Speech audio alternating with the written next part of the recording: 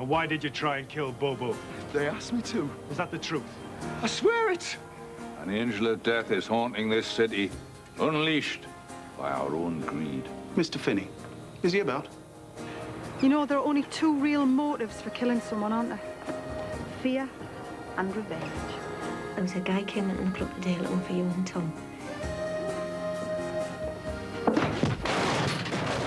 Finney, Thursday at 9 on Granada.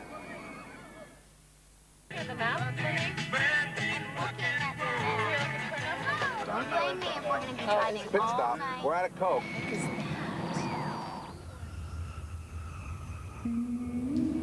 Buying fish makes you happy. Welcome. You got any Coca-Cola? Any what? There you go. Let's just get out of here. All colas are not the same. Let's see if this guy knows where we are. Does anybody want a Coke? Hey! Hand it over. That was welcome. Kidding. Only kidding. Bacardi Breezer, a spirit blend with exotic fruit and sparkling water. It's the spirit of refreshment.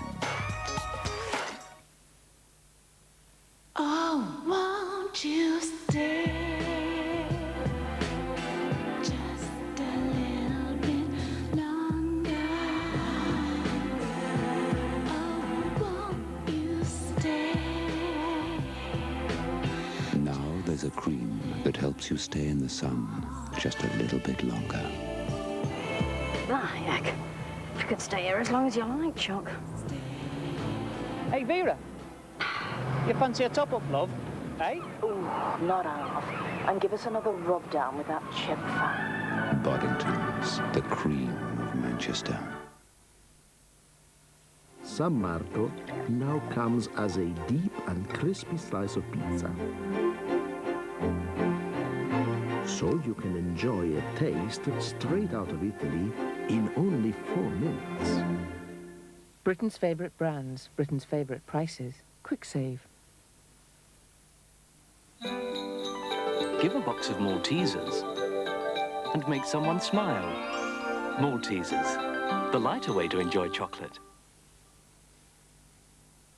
What will they find, Jessica? How much can they tell? You can lie to the person who means the most to you if you think they'll keep it close. A Family at Breaking Point. Revelations, Thursday, 10:40. Whicker's World, Pavarotti in Paradise.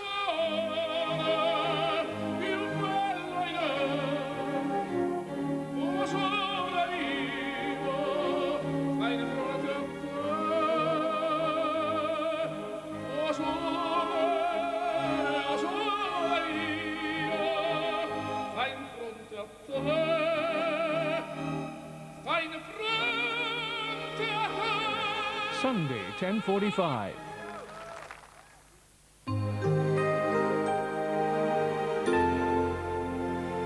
This is Granada with the news now from ITN.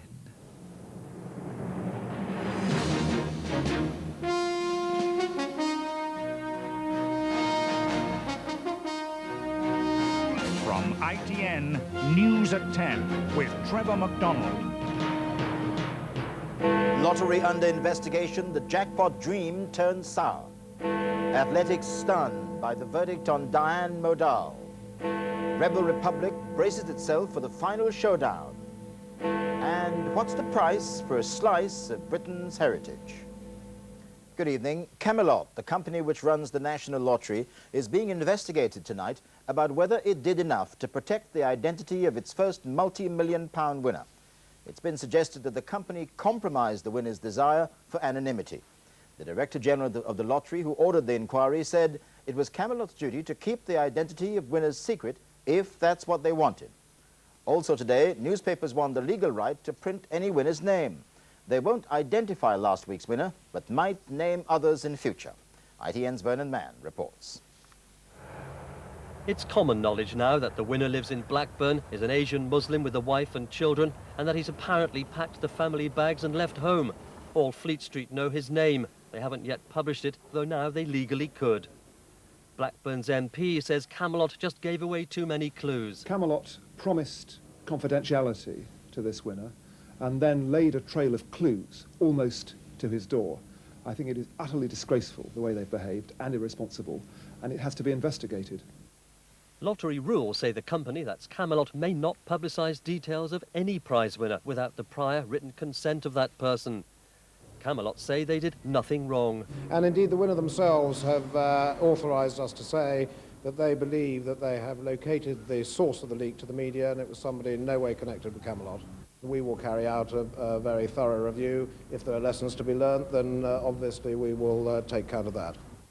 Camelot itself will be reviewed by the Director General of the National Lottery to see if there's been any misconduct or breach of licence. And at the High Court, an injunction obtained by Camelot last night to stop newspapers publishing the winner's name was overturned. Delighted tabloid editors say, though, they still won't be naming him. It was very important for the Daily Mirror to establish the right to publish if they so wished, as opposed to being gagged by Camelot, who felt that this was the course of action to take. So what will this mean for future lottery winners? Well, I think it will mean that every case has to be judged on its merits.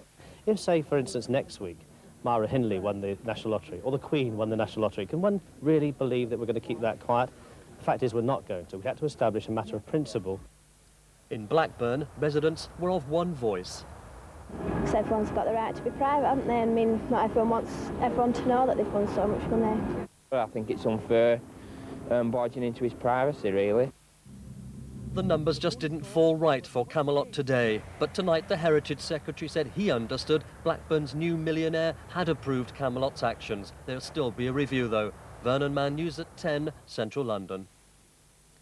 The British Athletic Federation has found the runner Diane Modal guilty of using a banned performance-enhancing drug, the male hormone testosterone. She said she was horrified, insisted she was innocent, and said she'd appeal. As Graham Miller reports, many of Mrs. Modal's fellow athletes also find the verdict hard to believe. Diane Modal was found guilty as charged by the British Athletic Federation. Her complex defence as to why she failed a dope test rejected. The ban, 4 years. I am horrified at the decision and at the prospect of the nightmare of the last 4 months continuing. I cannot accept BAF's decision and will carry on fighting to clear my name because I know that I am innocent. I have never taken any banned substance. Despite the defiance, she's now branded a drugs cheat. Her appeal hollow before the BAF's decision. Having heard all the evidence and considered all the documents, the committee was satisfied unanimously, beyond reasonable doubt, that a doping offence had been committed by Mrs. Modal. As Modal begins to live with her shame, fellow athletes, including Sally Gunnell, the Olympic champion who believed her innocent, were shocked. There was obviously some sort of drug taking going on to a small amount in this country and probably to a small amount in the rest of the world. But this is why we have the random testing and the drug testing that we have, because we're trying to get under this, we're trying to clear it up. It was the same story in Manchester tonight at Modal's club, Sale Harriers, where training continued as usual. People are really upset. I think they think that basically that she's definitely not guilty and that they wish that she'd been proven innocent. No, I don't believe it at all, no. She's a really nice lady and no, she's too much of a good sport. I don't have particular confidence in the committee to start with. I don't have any confidence in the judgment.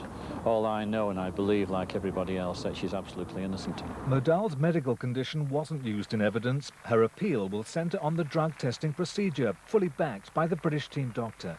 At the very beginning, I said that I was sure that Diane was innocent. I have not changed my views at all.